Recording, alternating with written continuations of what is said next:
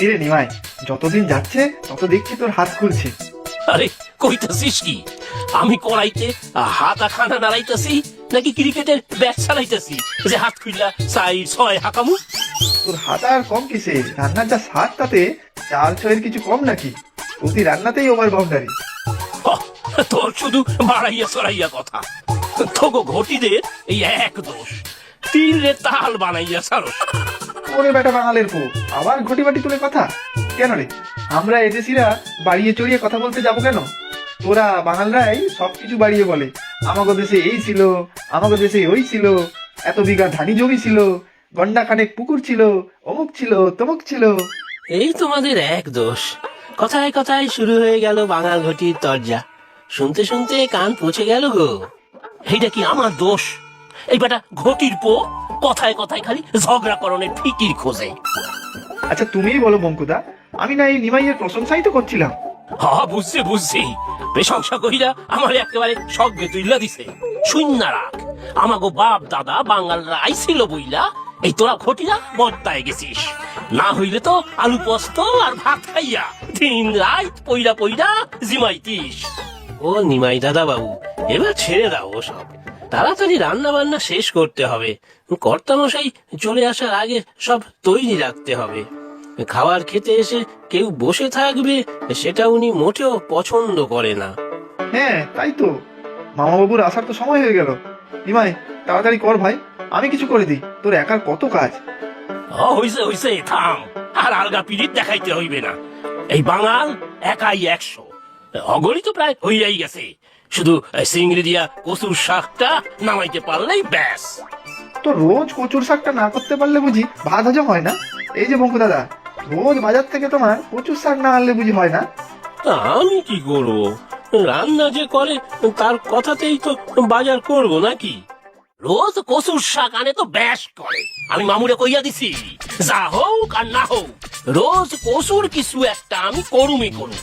কচু সারা ভাত গলা ঠিকটা নামে নাকি? তবে কচুর শাক কচুর তরকারিগুলো কিন্তু ভারী চমৎকার হয় খেতে। গ্রাহকরা যারা খেতে আসে তারাও তো দেখি চেটে পুটে খায়। তাহলেই বোঝো এরই নাম রান্না, খাঁটি বাঙালি রান্না। হ্যাঁ, মাইনসেরা খাইতে আইব দুইটা ভালো মন্দ খাওয়ানোর জন্য। হ্যাঁ গো, একটু রসাইয়া কষাইয়া খাওয়াইতে হইবে না? তা বলে রোজ কচু কিছু এইসব? না, রোজ রোজ তোর ওই ডাইল আর আলু পোস্ত খাওয়ানো লাগবো, তাও আবার মিষ্টির গোলা। মুখে রোসে কি কইরা তগো ভগবানই জানে। আচ্ছা হয়েছে হয়েছে, যা করার তাড়াতাড়ি শেষ কর, আমি কাউন্টারে গিয়ে বসি, লোকজন আসা শুরু হয়ে যাবে। তাই যা। আজকে আমি সবাইরে নিজের হাতে খাবার দিমু কইয়া দিলাম, দেখি খাইয়া কে কি কয়।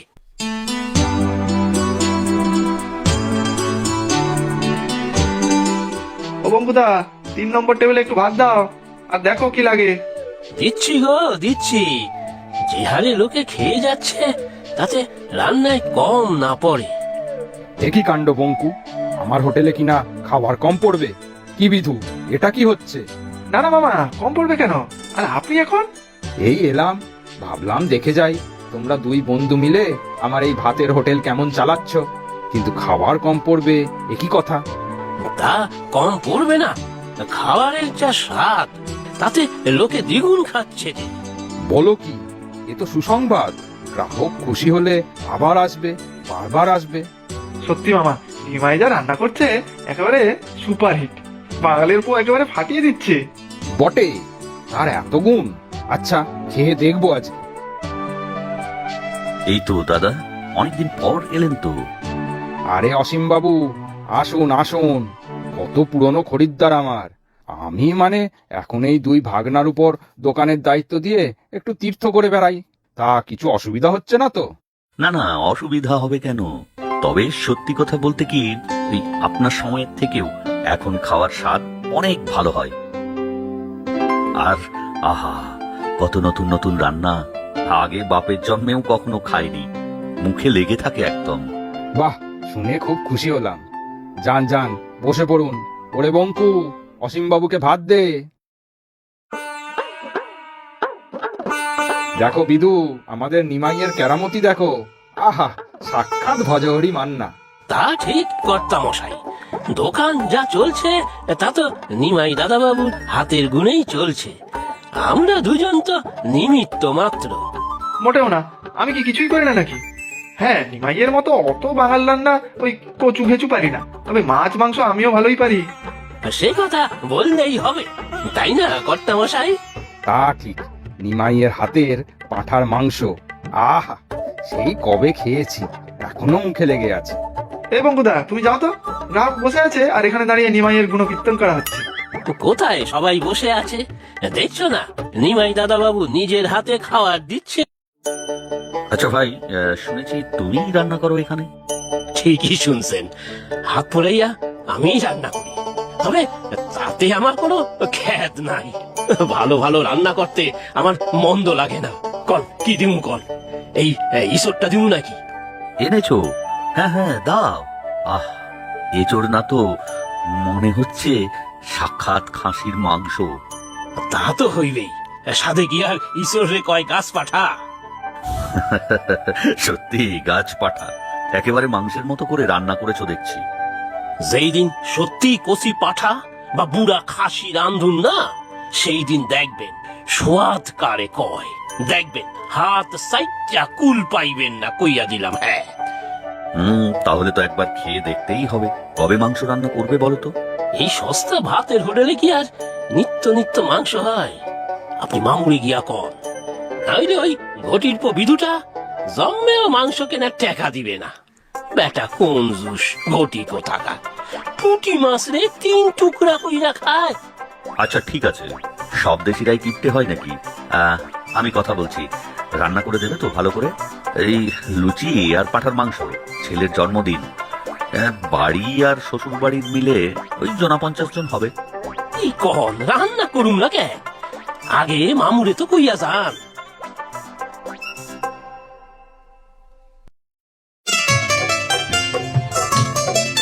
বাবা রে বাবা, যে হারে সবাই খেয়ে গেল, তাতে নিজেদের খাবার বাঁচবে কিনা সেটার চিন্তায় ছিলাম। সব এই নিমাইয়ের দোষ, এত তেলে ঝালে রান্না করার কি দরকার? হা, তোর যেমন বুদ্ধি, হোটেলে তেলে ঝোলে রান্না করুম না তো কি তগ মতন তেল তেলে পটলের ঝোল রান্ধুম। আমাশা হইলে পাচন খাওয়াই যেমন থানকুনি পাতা দিয়া শিঙ্গি মাছের ঝোল। কেন, আমি মাছের ঝোল রাঁধতে পারি। এইটা ঠিক কইছিস, একবার রাঁধছিলিস না? কড়াইয়ের মধ্যে নাই মা গামছা দিয়েও মাছ খুঁজা পাওয়া যায় নাই। থাম থাম, আমি খাসির মাংস রান্না করতে পারি, বুঝেছিস? সব পারি, শুধু তোদের ওই জঙ্গলি কচু ঘেচু ছাড়া। আরে হ্যাঁ, শোনো নিমাই, ব্যাংকের ম্যানেজার ওই অসীম বাবু কালকে লুচি আর খাসির মাংসের বায়না করে গিয়েছেন। 50 জনের লুচি আর খাসির মাংস সন্ধ্যে ঠিক 6টায় লোক পাঠিয়ে নিয়ে যাবেন। পারুম না, আমি মোটেও পারুম না। কচু ঘেসু খাই তো আমরা। ওই বিধু তো কইলো মাংস নাকি কত ভালো রাঁধতে পারে। ওরেই কন কাল লুচি মাংস বানাইয়া পাঠাক, আমি দুপুরের হগলে রান্না একাই কইরা রাখুম। হ্যাঁ, সে কি নিমাই, তুমি মাংস রান্না না করলে কি করে হবে?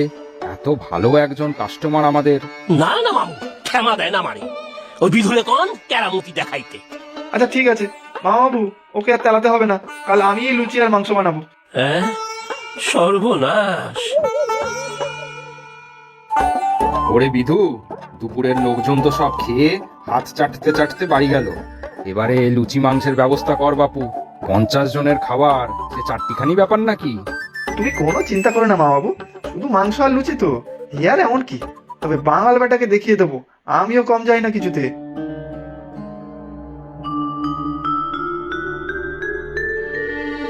ওরে বঙ্কু, আমার কিন্তু ব্যাপারটা সুবিধার ঠেকছে না। যা বাপু, ওর সাথে হাতে হাতে করে ফেল, নইলে ভারী বেইজ্জতি হবে কিন্তু।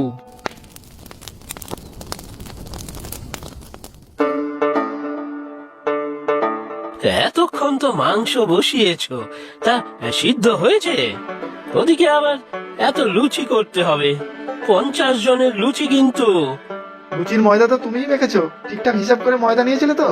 এ আমি কি জানি, তুমি যা ময়দা এনে দিলে সেটাই তো মেখে রেখেছি, বেশি কম তুমিই জানো। সে কি, কম বললে কি হবে? এখন তো দোকানও খোলা নেই যে ময়দা পাওয়া যাবে। সে আমাকে বলে কি লাভ? নিমাই দাদা বাবুকে জিজ্ঞাসা করতে পারতে। তার মাপ একটু এদিক ওদিক হয় না। তুমি ছাড়ো তো ওই বাঙালের কথা, ওকে ছাড়াই সব হবে। কিন্তু এতক্ষণ ধরে মাংস রান্না করছি, সিদ্ধ মনে হয় হচ্ছে না। দেখো তো একবার চেখে। চাখবো আমি? মাংস কাঁচা নেই তো। আচ্ছা দাও। ও মা গো, ছ্যা, ছ্যা। রাখো রাখো। এ কি গো, মাংস নাকি গাড়ির টায়ার? আর কি নুন পোড়া, ছ্যা ছ্যা। এটা মুখে তোলা যায় না গো। বলো কি গো, এতক্ষণ ধরে রান্না করছি এখনো সেদ্ধ হয়নি? কি হবে এখন? সময় তো আর বেশি নেই, খাবার নিতে তো এসে পড়বে। মামা বাবু, ও মামা বাবু। কিরে, হয়ে গিয়েছে সব? এ কি, এখনো মাংস উনুনে বসানো? কি যে হলো বুঝতে পারছি না মামা, মাংস তো কিছুতেই সেদ্ধ হচ্ছে না। কি হবে এখন? আর বিদ্যুতে নুনে পোড়া, মুখে তোলা যাচ্ছে না গো। আমি আগেই বলেছিলাম, হায় হায়, আমার মুখে তো চুনকালি পড়বে। তাহলে উপায়? যখন কোনো উপায় নাই, তখন চাই বাঙাল নিমাই। ভুল হয়েছে আমার নিমাই, এখন উদ্ধার কর ভাই। বুঝছি বুঝছি, সাই ফেলতে ভাঙা কুলা। এই যে বঙ্কু দাদা, দাও তো দেখি কাঁচা পেঁপে খান ছোট ছোট কইরা কাইটটা। আর একটু ভিনিগার দাও তো দেখি, সিদ্ধ না হইয়া যাইবে কোথায়। ঠিক ঠিক, আমার মাথায় যে কেন আসেনি।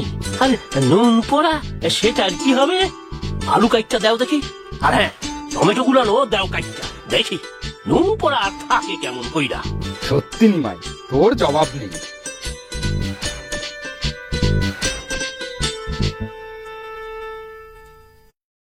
ওরে নিমাই, ওরে বিধু, শোন শোন। কর্মামু ডাক্তারছেন কেন? কাল লুচি মাংস নিয়ে গেল না? আরে ব্যাংকের ওই অসীম বাবু। কেন, রান্না পছন্দ হয়নি বুঝি? পছন্দ মানে? ওরে পছন্দ। খেয়ে সবাই নাকি খুশিতে আত্মহারা, পরিমাণও একেবারে ঠিকঠাক। জয় মা কালী, মুখ রাখছো এই নিমাইয়ে, না হইলে ঘটির পকিয়া কম কথা শুনাই তো। আরে ছাড়ো তোমাদের দুজনের ওই বাঙাল ঘটি ঠোকাঠুকি। ম্যানেজার বাবু বললেন, তোমরা যদি এই হোটেলের ব্যবসা বাড়াতে চাও, তবে উনি ব্যাংক থেকে লোনের ব্যবস্থা করে দেবেন। কি কপাল খুলে গেল তো দুজনের। মাঝে মাঝে ঠাই ঠাই, তবুও বাঙাল ঘটি ভাই ভাই।